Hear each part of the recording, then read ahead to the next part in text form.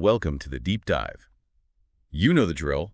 You give us the sources, we do the heavy lifting, and we bring the distilled knowledge right back to you. Today we're tackling a really critical question in cardiovascular health. Can we actually stop a heart attack or stroke before a patient even has that first event? We're going to be focusing on a drug called evolocumab. It's a PCSK9 inhibitor, for those of you who follow this space. And our mission is to go deep on a major clinical trial that aimed to block the very first cardiovascular event in high-risk patients. So this isn't about recovery. It's about prevention. It's all about prevention. And that framing is just so important because for years, this class of drug, the PCSK9 inhibitors, they've been celebrated for their role in secondary prevention. Right. We already knew it was fantastic at helping patients who, already had a major event, a heart attack, a stroke, serious arterial disease, to help them avoid a second one. They'd already crossed that line. They're already on the board, so to speak. It's a great cleanup crew. But the real holy grail, the thing the medical community has been chasing, is primary prevention. Mm-hmm. So the knowledge gap, really the central question this whole study was built around, was whether evolocumab could reduce the risk of what they call MEC, or major adverse cardiovascular events, in patients who are high risk but have never had a heart attack or stroke. It's the difference between treating a consequence and preventing the cause from ever happening. We're talking about intervening in an asymptomatic population. A vulnerable one, yes, but asymptomatic. That is a major, major shift in strategy. Okay, so let's get into how they even tried to answer that. To get a definitive answer, the researchers set this up as the gold standard, right? An international double-blind, randomized, placebo-controlled trial. The whole 9 yards. Thousands of patients, multiple years, all designed to get a really clean, statistically powerful signal. But the real story here, I think, is who they studied. You can't just test this on anyone. They enrolled over 12,000 patients, 12,257 to be exact. But they had to meet a really specific high-risk profile. There were 3 key criteria. Right. And the first 2 criteria basically define their vulnerability. So patients had to have an established underlying condition. Okay. Either atherosclerosis, which is, the buildup of plaque in the arteries, or they had to have type 2 diabetes. That right there flags them as having a stressed cardiovascular system. And the second rule, which is the whole point of this study, was absolutely no previous myocardial infarction or stroke. Exactly. Event-free but carrying enormous risk. And then the third criterion was about the biochemistry, the real danger sign. Their low-density lipoprotein cholesterol. Quote-unquote bad cholesterol. The bad cholesterol, exactly. It had to be at least 90 milligrams per deciliter. And that's even if they were already on statins or other standard therapies. Let's just pause on that 90 milli-GDL number for a second. For our audience, they'll know 90 is high for someone with these risk factors, but it's not off the charts high. Why was that specific number so important? Oh, it's absolutely crucial because it isolates the patients whose risk is stubborn. These are people whose bodies just aren't responding well enough to the standard of care. They have the underlying hardware problem, the atherosclerosis or diabetes, and they still have this persistently elevated LDL that traditional therapies just haven't been able to fix. They're basically a ticking clock, and that 90 milli-GDL is the sound of that clock. That makes perfect sense. So you're isolating the group that needs this advanced intervention the most. To paint a picture of this group, the demographics were pretty telling. Median age was 66, right. 43% were women, and about 93% of the participants were white. It gives you a clear sense of the population segment that's, likely going to see the immediate impact of any new guidelines, even though the biological principles should apply much more broadly. So they've got this perfectly defined cohort of over 12,000 high-risk, event-free people. Then the intervention starts.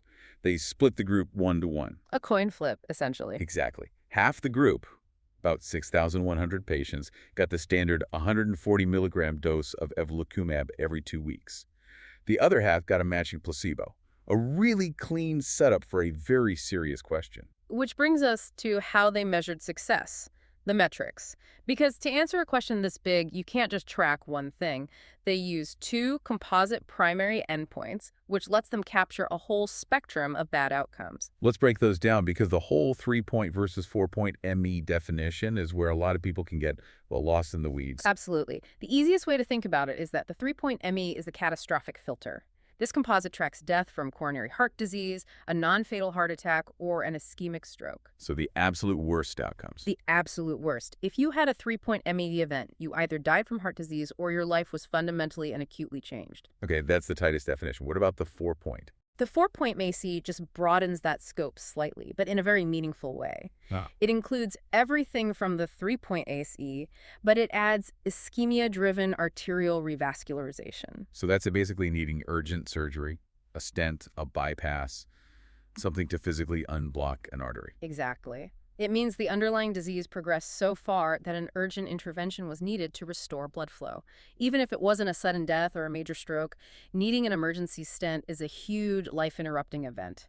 It helps capture the full burden of the disease. And we have to mention the timeline. This wasn't a quick study. They tracked these patients for a median of 4.6 years. A long time.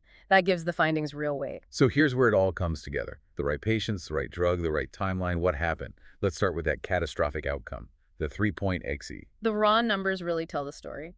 In the placebo group, 443 patients suffered one of those catastrophic events.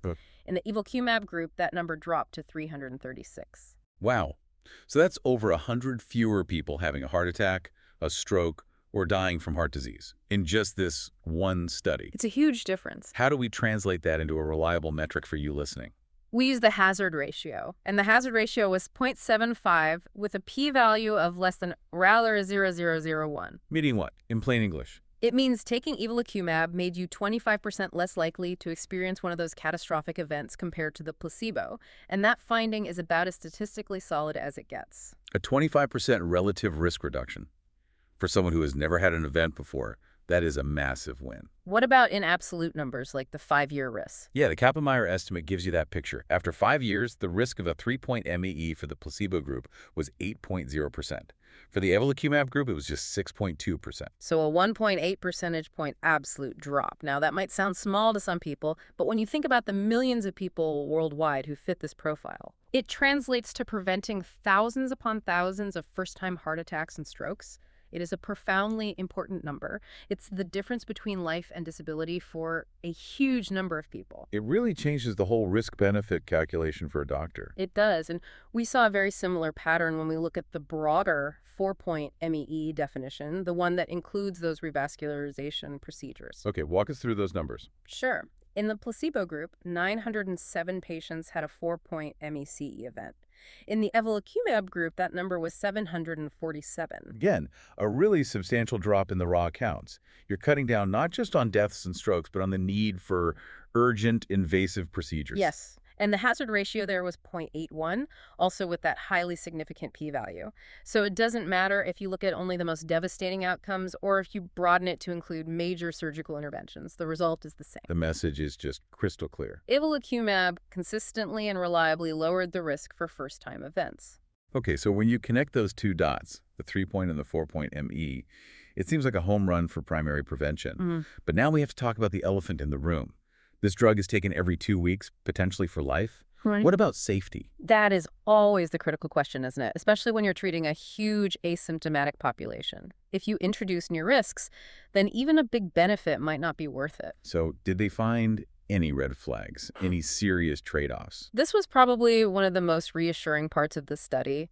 The conclusion on safety was, well, that they found no evidence of a between-group difference in safety events. Really? None? The frequency and the type of adverse events were basically identical between the group getting evolocumab and the group getting the placebo. That is just huge. So you get this dramatic therapeutic, benefit-cutting, catastrophic risk by a quarter without adding any measurable systemic risk. That's the dream scenario. It is. It lets clinicians focus purely on the benefit. The overall conclusion is just definitive. PCSK9 inhibition with evolocumab leads to a lower risk of first cardiovascular events compared to placebo. It's a finding that really rewrites the playbook.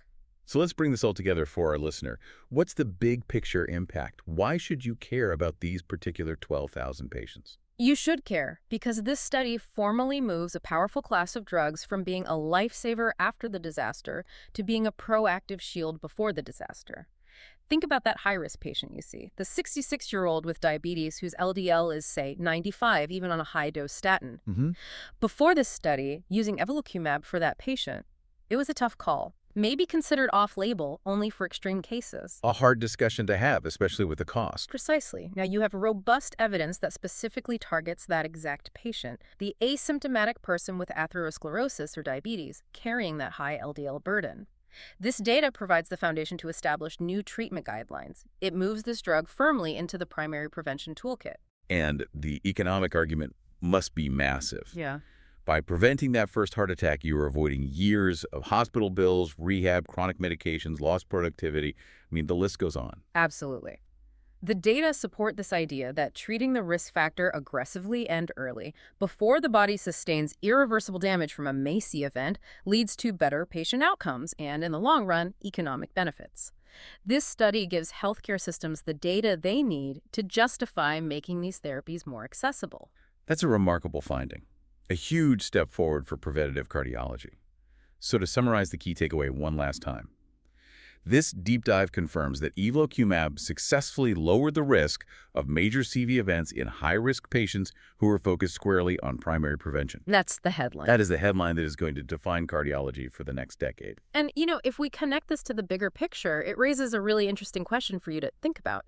This efficacy is proven over about 4.6 years, but cardiovascular disease is a lifelong battle. Yeah. So if these patients continue this treatment and they keep these dramatically lower LDL levels, what will those outcomes look like a decade from now, or 2 decades? So you're asking, what does a 25% risk reduction at 5 years turn into at 15 or 20 years? Does the benefit compound? Does it plateau? Exactly. The goal here is lifelong protection from that first event. So the next crucial frontier is tracking this same cohort for the long haul to truly understand the sustained impact on longevity and quality of life. That long-term data will be the final crucial piece of the puzzle. An excellent thought to end on. Thank you for joining us for this deep dive into the evolution of preventing heart disease. We hope you feel thoroughly informed and ready to take this knowledge forward.